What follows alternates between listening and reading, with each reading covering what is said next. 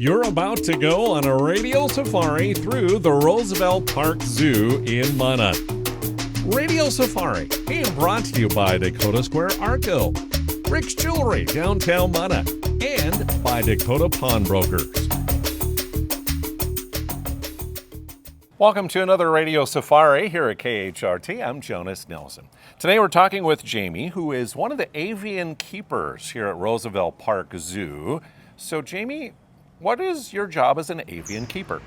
I take care of all of the birds here at the zoo, including the aviary and the penguins and ground hornbills. Tell us a little bit about each one of these birds that you are in charge of here. We have over 35 species of birds here that I take care of. So they're each very unique and very different from different parts around the world. So we have a lot of birds from Africa, our southern ground hornbills and African penguins, as well as a wide variety of birds in the aviary that come from all over. Penguins are kind of a favorite. People know about them a little bit, movies about them, all kinds of stuff. So tell us a little bit about these penguins and kind of where they come from and their life.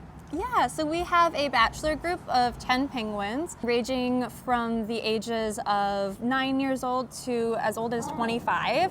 So we have two 25-year-olds, so those guys are considered close to geriatric. They can still live to early 30s. The species in general is from South Africa, and they will arrive there, the wild ones, between November and January, and that's when their breeding season is. So what do you feel is maybe an interesting fact about these penguins that most people don't know?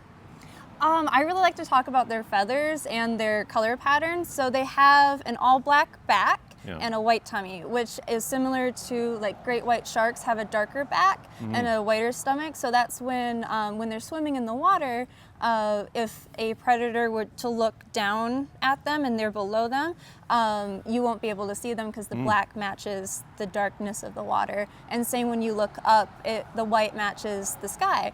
And their feathers are really unique because they go through what's called a catastrophic molt once a year, where they lose all their feathers. So they kind of look just like a chicken almost.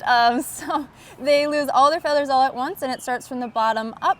And then they'll get like a little funny mohawk for a few days, and then they grow their feathers back.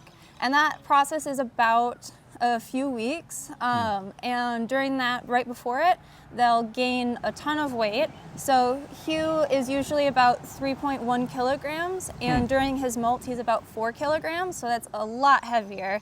And then during the molt in the wild, they won't eat for that whole entire time until they grow their feathers back, because they're not waterproof, so they'll feel the cold.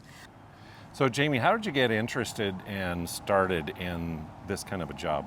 Yeah, so when I was in college, I was a biology major, and I took ornithology as an elective, so that's the study of birds, and I fell in love with it so much. I TA'd for it the next 2 years in a row, and I have found my passion in love of birds. So I really wanted to work in conservation and helping wildlife, specifically aiming at birds. So what do you hope that people take away from seeing these birds and displays that you have here at Roosevelt Park Zoo?